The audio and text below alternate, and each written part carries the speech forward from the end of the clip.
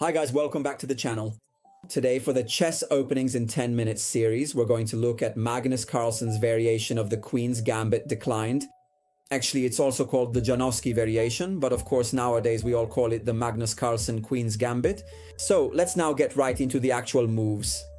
This particular position here is indeed the Queen's Gambit, and after the development of the knight to c3, the well-known Magnus variation starts precisely with this very important move, a6. This move is very interesting, even on a theoretical level, and with engines I have to say that this variation has become quite a respectable one. Not just a weapon to use for a quick 10-minute opening, but actually a serious weapon even at a high level.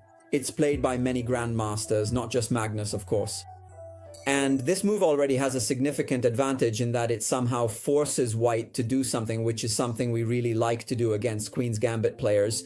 Usually Queen's Gambit players want to develop their pieces and keep things calm, but in this way we're already forcing them to take action, because the move at a6 is obviously preparing for the move b5 when we capture on c4. For this reason, white needs to try to do something concrete, because if he just develops his pieces and does nothing else, I can simply capture this pawn and then I'll be able to defend it easily with bd5. Of course, I'll also have the option to further break open the center with c5. At this crucial point in the game, white plays c takes d5, so white deliberately enters into this specific and well-known structure, which is also commonly called the Caswald structure, and now we will carefully observe and see precisely how to effectively approach it. The first thing I want to point out, however, is that obviously we need to understand what happens after this move, which is, let's say, a natural move, let's call it that tries to develop the pieces while defending, let's say, the pawn on c4. Actually, this structure, after pawn takes c4, bishop takes c4, somewhat resembles a structure from the Queen's Gambit accepted or the Meran variation, where black finds it easy to play in this setup precisely because the knight on c3 is poorly placed. In this position, generally, white wants to play this breakthrough push. Obviously, with the knight on c3, when I make this breakthrough push, b4 comes immediately. Okay, to be more precise, after pawn takes and bishop takes, I recommend starting with knight to f6. This is because, let's say, we avoid white controlling the e4 square, so I would probably start like this. A small note, if white plays a4 to prevent b5, we have the option to play c5, breaking open the center. Obviously, this square becomes weakened and in the future can be exploited by our pieces, so generally white develops the knight and then we can continue with our plan. The difference compared to before is that when I play a4, now I play b4, and white doesn't have the knight on e4 because it's defended. The e4 square is usually defended and you have to play knight to b1, so obviously you end up in a Queen's Gambit structure where you've wasted about 850 moves with the knight, and black is ready to blow everything open with moves like c5. So this already shows us that simply playing t3 to return to the more classic Queen's Gambit isn't really effective, because black has an improved version of, let's say, a classic Queen's Gambit accepted, a typical Meran. In light of what we've discussed, white will generally have to capture on d5 and we will recapture on d5, returning to this Caswald structure.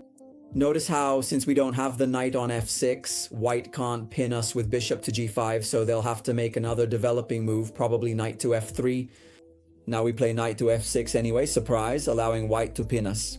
Actually, this doesn't bother us, and in fact, as you'll soon see, we'll take advantage of the bishop's position to achieve something very interesting. Okay, now we continue with bishop to e6.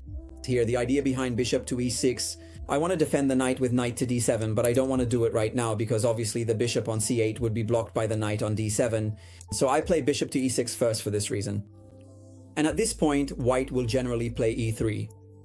But one thing I absolutely have to tell you is what to do if queen to b3 is played. Queen to b3 is a concrete move that obviously attacks the b7 square, and this might scare us, also because generally we don't want to create these kinds of weaknesses. Well, the secret here is that, quite simply, we can ignore the threat because in reality there is no threat at all. We can play knight to bd7 because if queen takes b7, then rook to b8 follows, queen takes a6, and rook takes b2. We are a pawn down, however the position of white's king is completely vulnerable, and we are ready to create further pressure on white with moves like bishop to b4, or even simply short castling followed by c5, which allows the knight to come into play on c5, attacking the queen. So in short, guys, for all these reasons and more, simply put, the white variation doesn't work. Black has an excellent position here, and in practical play, very soon it will turn into a fantastic position because white really has to be extremely careful not to lose within 3 or 4 moves. So let's say this pawn is not hanging, and so white develops normally with e3 and bishop to d3, and here our idea begins, which is h6. White obviously doesn't want to just give us the bishop pair, so after h6 he plays bishop to h4, and at this point we play g5. White plays bishop to g3, and we play knight to h5, so we're forcefully going after the bishop pair. Now we have 2 approaches to analyze, the approach where white decides to castle short and the approach where white decides to castle long. Let's start right away with the approach where white chooses to castle short. We play knight takes g3, pawn takes g3, and at this point we play c6, a move that gives space to the queen and defends the center, so it's definitely a good move.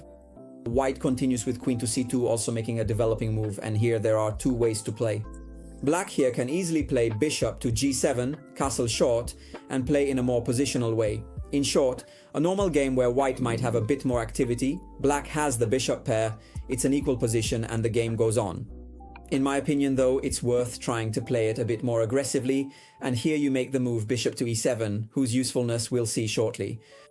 Let's suppose white plays the move rook to b1, which is usually one of the thematic moves. White wants to go for the well-known minority attack with pawn to b4, pawn to a4, and pawn to b5. Now we take advantage of the bishop on e7 to play this move g4, which basically forces the knight to retreat because knight to h4 is now obviously targeted by the bishop. That's the reason for having played bishop to e7. Knight to d2, we can play h5, obviously we want to open up the king side. Our opponent tries to play b4, and here we could already play the move h4 without any problems, but in my opinion it's interesting to play this move bishop to d6. What is the idea behind bishop to d6? I want to play h4, but when you capture, I obviously want the possibility to recapture with the queen so I can then go in for mate. And here, it's really hard for white to defend. For example, if he continues with his minority attack, I play h4, and we've reached a pretty disastrous position for him, where I'm obviously threatening to capture anything.